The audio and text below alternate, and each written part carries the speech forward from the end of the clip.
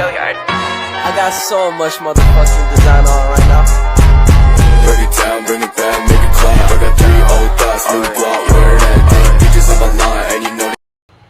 Baiklah, terima kasih kepada kepala sekolah yang telah memberikan saya kesempatan untuk mengisi seminar pada pagi hari ini. Oke, kembali kita akan membahas tentang materi yang sangat luar biasa, yaitu kolaborasi guru dan orang tua untuk pengembangan potensi anak pada satuan PAUD.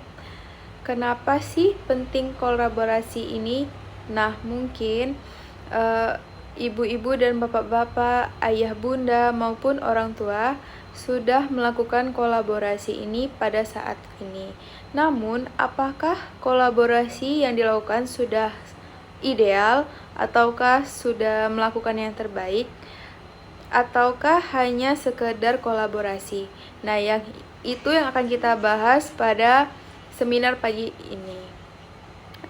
Untuk apa kolaborasi ini? Ya, untuk pengembangan potensi anak, apalagi di PAUD.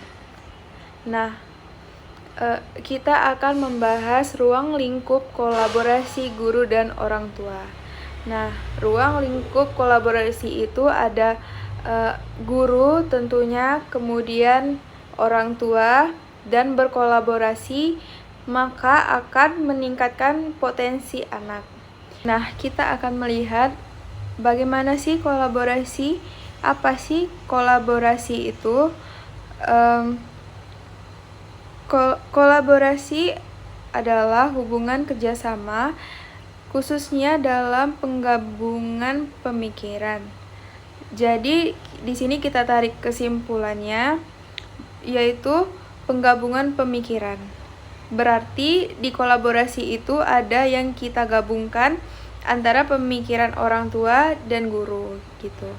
Nah, kemudian kolaborasi merupakan sebagai proses interaksi di antara beberapa orang yang berkesinambungan. Artinya apa? Kolaborasi ini konsisten dilakukan dengan baik, berkesinambungan, dan ada komunikasi yang baik di dalamnya. Nah, jadi bagaimana kolaborasi guru dan orang tua di satuan PAUD? Anak-anak belajar dengan lebih baik jika lingkungan di sekelilingnya mendukung, terutama orang tua, guru, dan anggota keluarga lainnya, serta kalangan masyarakat. Jadi, tentu kolaborasi ini sangat penting karena ketika orang tua, guru mendukung proses pembelajaran anak, maka anak akan tumbuh dengan potensi yang baik tentunya. Nah, kemudian kenapa kolaborasi antara guru dan orang tua penting di satuan PAUD? Partisipasi orang tua yang berkolaborasi dengan guru memberikan dampak positif terhadap perkembangan anak di sekolah, baik di bidang akademik maupun non-akademik. Jadi sudah dibuktikan ya bahwa kolaborasi itu sangat penting, apalagi orang tua yang berpartisipasi aktif untuk proses pembelajaran anak di sekolah, sehingga mampu meningkatkan kemampuan akademik maupun non-akademik anak. Nah, kemudian anak usia dini berada pada masa golden age perkembangan dan pertumbuhan yang membutuhkan dukungan dari kedua belah pihak, antara guru dan orang tua. Nah, guru merupakan orang tua kedua bagi mereka di sekolah.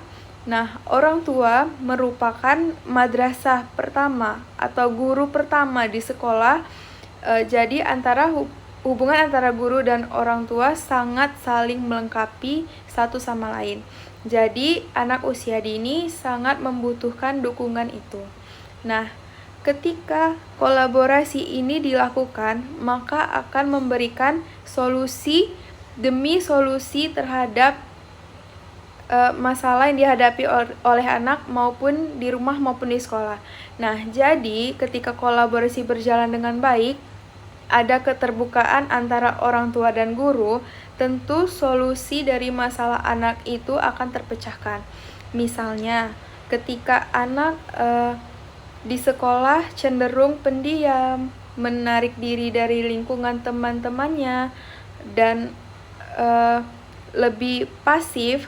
Nah, ketika ada kolaborasi antara guru dan orang tua, ada komunikasi, maka orang tua akan terbuka kepada guru untuk menyatakan bahwa anak ada masalah di rumah. Begitupun juga guru bertanya apakah masalah anak. Nah, ketika itu dicarilah solusinya bersama-sama. Apakah anak kurang perhatian di rumah? Apakah anak kurang bonding dari orang tua? Dan sebagainya. Nah, ini adalah pentingnya kenapa kolaborasi itu perlu dilakukan. Nah, kemudian kolaborasi ini juga akan memberikan kekuatan yang utuh terhadap aspek perkembangan anak, terutama sosial emosional. Nah, anak yang diberikan dukungan penuh oleh guru maupun orang tua, dia akan tumbuh dengan rasa percaya diri. Kenapa? Karena ada trust yang mereka rasakan, ada trust yang mereka bangun dari orang tua maupun guru. Nah, ketika rasa percaya, support yang penuh, maka anak akan tumbuh dengan rasa percaya diri. Nah, kemudian apalagi pentingnya kolaborasi memberikan pemahaman secara menyeluruh antara kedua belah pihak terkait konsep dasar perkembangan anak, mulai dari karakteristik, kecerdasan, minat dan bakat anak. Kenapa pemahaman ini harus sama? Kenapa harus sefrekuensi? Terkadang ada orang tua yang belum paham bagaimana karakteristik anak.